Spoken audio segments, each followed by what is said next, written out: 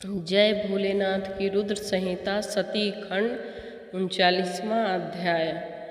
आप लोग comment box में ओम नमः शिवाय लिखें, भोलेनाथ की आशीर्वाद प्राप्त करें। जय भोलेनाथ की।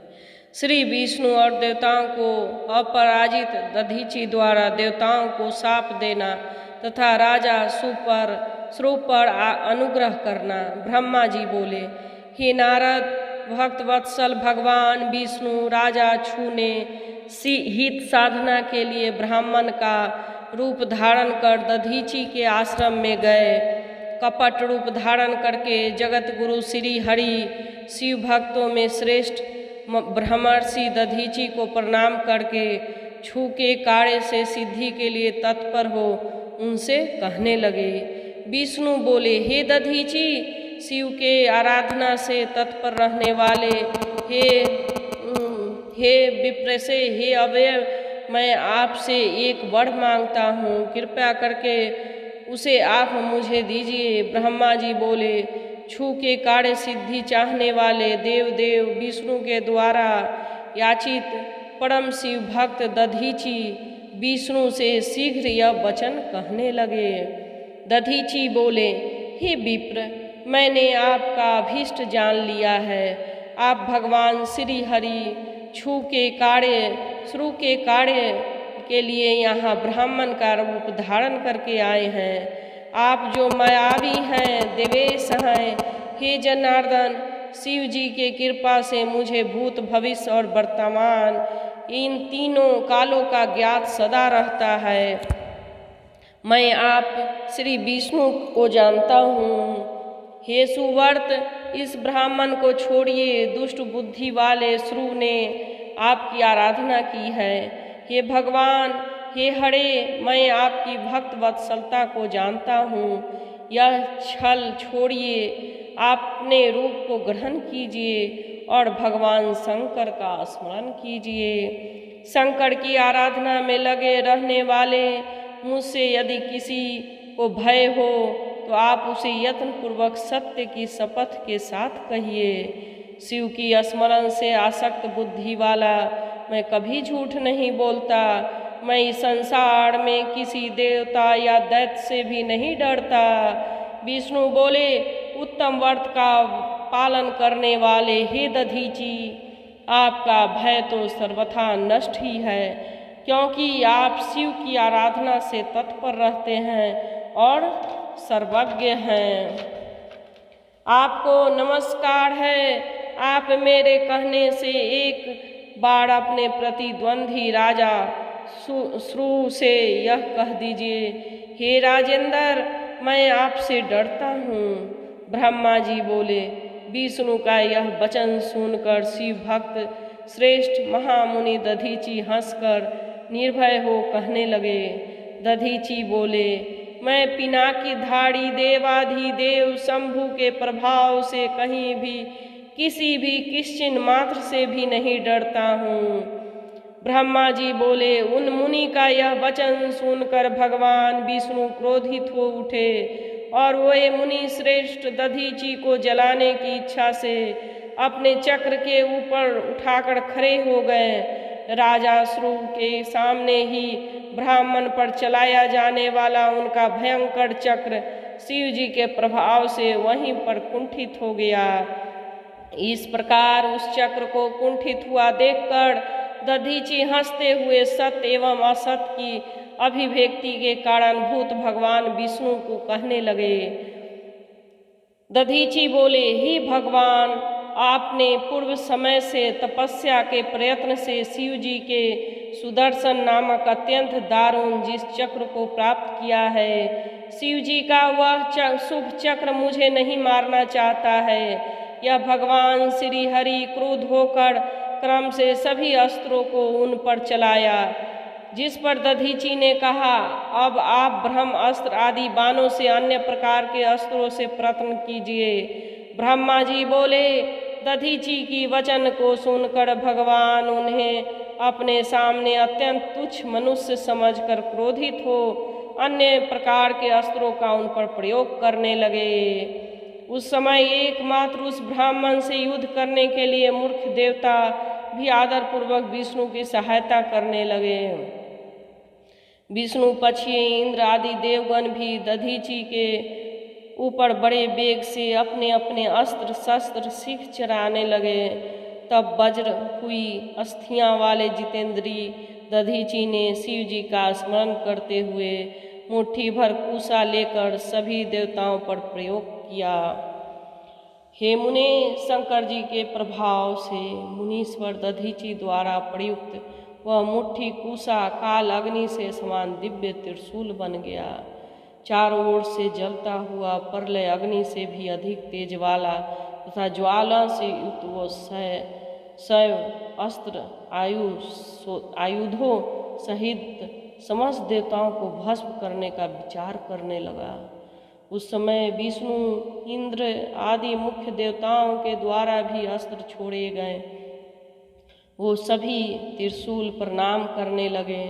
तब नष्ट पराक्रम वाले सभी स्वर्गवासी देवगण इधर उधर भागने लगे। मायावियों में श्रेष्ठ स्वामी विष्णु एकमात्र भयभीत हो वहाँ स्थित रहें।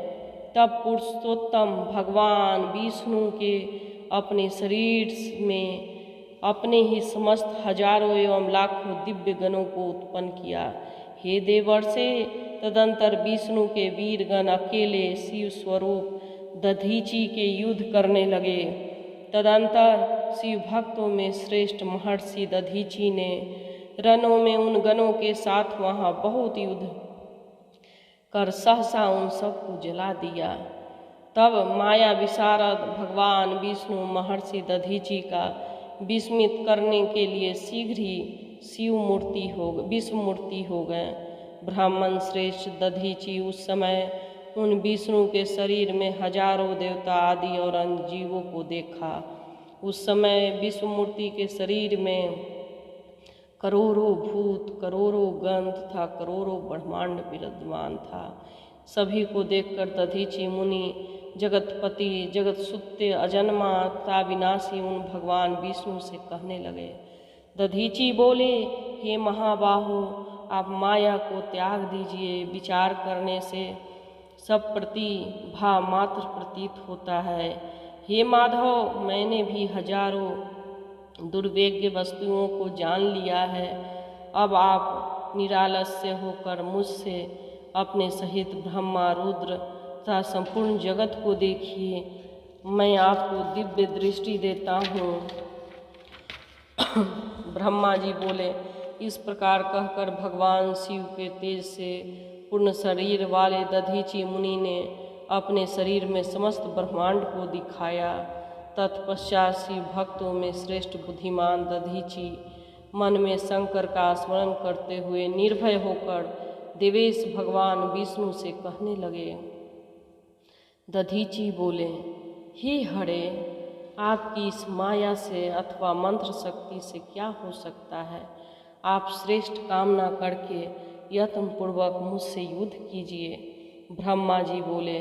तब उन मुनि का वचन सुनकर विष्णु शिव जी के निर्भय होकर उन मुनि पर अत्यंत कुपित हो उठे। उस समय जो देवता भाग गए थे वे प्रतापी दधीचि से युद्ध करने की इच्छा से उन नारायण देव के पास आ गए। इसी बीच मुझे साथ लेकर राजा श्रु आ गए। मैंने देवताओं तथा विष्णु से युद्ध करने से मना कर दिया और कहा कि हे ब्राह्मण, किसी को जीता नहीं जा सकता। मेरी इस बात को सुनकर भगवान विष्णु ने मुनि के निकट जाकर उन्हें प्रणाम किया। उनके बाद श्रु भी अत्यंत दीन होकर वहाँ मुनीश्वर दधीचि के पास जाकर व्याकुल हो प्रणाम करके प्रार्थना करने लगे। श्रु बोले, हे मुनि श्रेष्ठ, प्रसन्न होइए। हे शिव भक्त शिरोमणे, प्रसन्न होइए। हे परमेशान, आप दुर्जनों द्वारा सदा दुर्लक्ष्य हैं।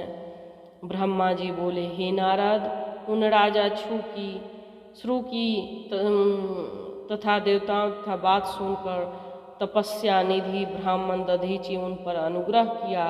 तदंतर विष्णु आदि को देखकर मुनि ने क्रोध से व्याकुल होकर मन से शिव जी का स्मरण करके विष्णु तथा देवताओं को शाप दे दिया। दधीची बोले, देवराज इंद्र सहित सभी देवता और मुनीश्वर तथा गणों के साथ विष्णुदेव रुद्र की क्रोधाग्नि से ध्वस्त हो जाएंगे। ब्रह्मा जी बोले, इस प्रकार देवताओं का श्राप देकर पुनः श्रुव की ओर देखकर मुनि ने श्रुव से कहा, हे राजेंद्र, श्रेष्ठ द्विज देवताओं और राक्षसों से भी अधिक पूज्य होता है। हे राजेंद्र, ब्राह्मण ही बली और प्रभावशाली होते हैं। ऐसा स्पष्ट रूप से कहकर वे ब्राह्मण दधीची अपने आश्रम में प्रविष्ट हो गए। तत्पश्चात दधीची को नमस्कार करके श्रुव अपने घर चले गए और भगवान विष्णु भी जैसे आए थे उसी तरह देवताओं के साथ अपने वैकुंठ लोक को लौट गए। इस प्रकार स्थानेश्वर नामक तीर्थ से रूप में प्रसिद्ध हो गया। स्थानेश्वर पहुंचकर मनुष्य शिव जी को साम्राज्य प्राप्त कर लेता है। हे तात, इस प्रकार मैंने आपको संक्षेप में श्रुव और दधीची का विवाद कह दिया। शंकर को छोड़कर ब्रह्मा और विष्णु का जो शाप प्राप्त हुआ उनका भी वर्णन किया। जो व्यक्ति श्रुव और दधीची के इस विवाद संबंधी प्रसंग को नित्य पाठ करता है वह अपनी मृत्यु जीत कर शरीर त्याग के पश्चात ब्रह्मलोक हो जाता है। इससे पाठ करके रणभूमि में प्रवेश करेगा वो सर्वथा मृत्यु के भय नहीं रहेगा, वह विजयी होगा। जय भोलेनाथ की।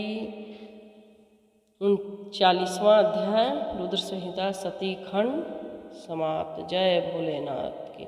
आशीर्वाद प्राप्त करने हेतु ओम नमः